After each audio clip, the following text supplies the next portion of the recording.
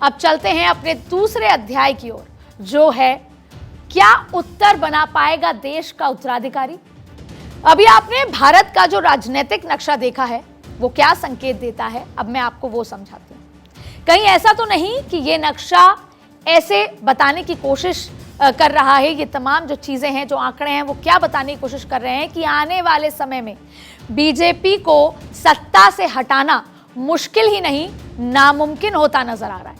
अटल बिहारी वाजपेयी ऐसे राजनीतिक धुरंधर थे और वो हमेशा कहा करते थे कि दिल्ली की सत्ता का रास्ता यूपी से होकर ही गुजरेगा। तो क्या ये मान लें कि ये बात आने वाले समय में हमेशा के लिए ब्रह्म वाक्य हो जाएगी? मतलब यूपी ही तय करेगा कि देश का उत्तराधिकारी कौन होगा।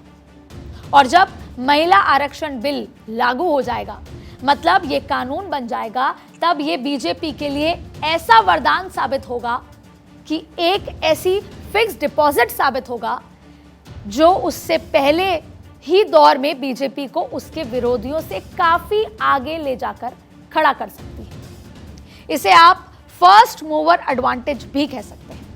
इन सभी बातों का मैं आज आपको एक एक पहलू आपके सामने, एक एक एंगल आपके सामने रखने वाली हूं। यकीन मानिए, भारतीय राजनीति में ये एक ऐसा नया युग लेकर आने वाला है, एक ऐसा नया अध्याय की शुरुआत करने वाला है जो राजनीतिक परिप्रेक्ष्य पूरी तरीके से बदल कर रख देगा।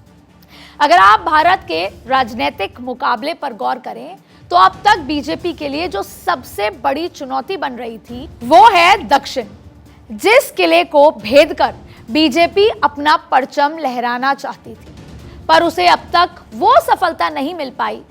अभी तक जिस तरीके से प्रधानमंत्री नरेंद्र मोदी ने दक्षिण को प्राथमिकता बनाते हुए दक्षिण में कई रैलियां करी, कई योजनाएं भी करी, और उन रैलियों का नतीजा उस तरीके से नहीं निकला, और ना ही उन रैलियों के माध्यम से वो बदलाव जो भारतीय जनता पार्टी सोच रही थी उसका नतीजा निकल कर आ पाया।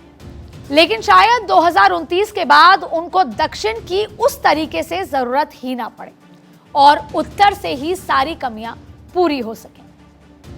मतलब कि सारी राजनीतिक चुनौतियों का उत्तर उत्तर प्रदेश देगा। अब आप समझ सकते हैं कि इस चुनौती से निपटने के लिए मोदी की टीम ने कितना होमवर्क किया होगा। ऐसे में सवाल तो यह उठता है कि जो बात प्रधानमंत्री मोदी को समझ आ गई, उस बात को समझने में कांग्रेस पीछे कैसे रह गई।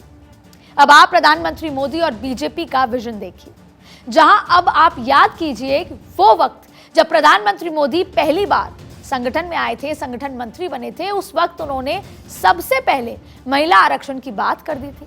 उन्होंने 1/3 संगठन में भी महिलाओं को जगह देने की बात की थी, और ऐसे में ये बात उन्हें संगठन के समय से ही शुरू कर दी थी कि महिलाओं को आगे लाने की जरूरत है। ऐसा कहा जाता है कि अगर आपको किसी समाज को बदलना हो, किसी देश को बदलना हो, तो उस देश की महिलाओं की स्थिति को बदलिए, क्योंकि किसी समाज की तरक्की का, किसी शहर की तरक्की का पैमाना सिर्फ और सिर्फ महिला से होता है। एक दिलचस्प अध्याय इस पूरी कहानी का यह है कि इंडिया गठबंधन की पूरी नजरें 2024 में हैं और प्रधानमंत्री मोदी से मुकाबला करने के लिए वो एड़ी चोटी का जोर लगा रहे हैं।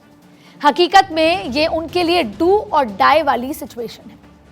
वहीं प्रधानमंत्री मोदी की नजरें 2029 पर है, क्योंकि प्रधानमंत्री मोदी लगातार ये दावा कर चुके हैं कि 2024 तो उनके पास है, उनकी पक्की वापसी 2024 में है। मैं देशवासियों को यह भी विश्वास दिलाऊंगा कि 2024 के बाद हमारे तीसरे टर्म में देश की विकास यात्रा और तेजी से बढ़ेगी।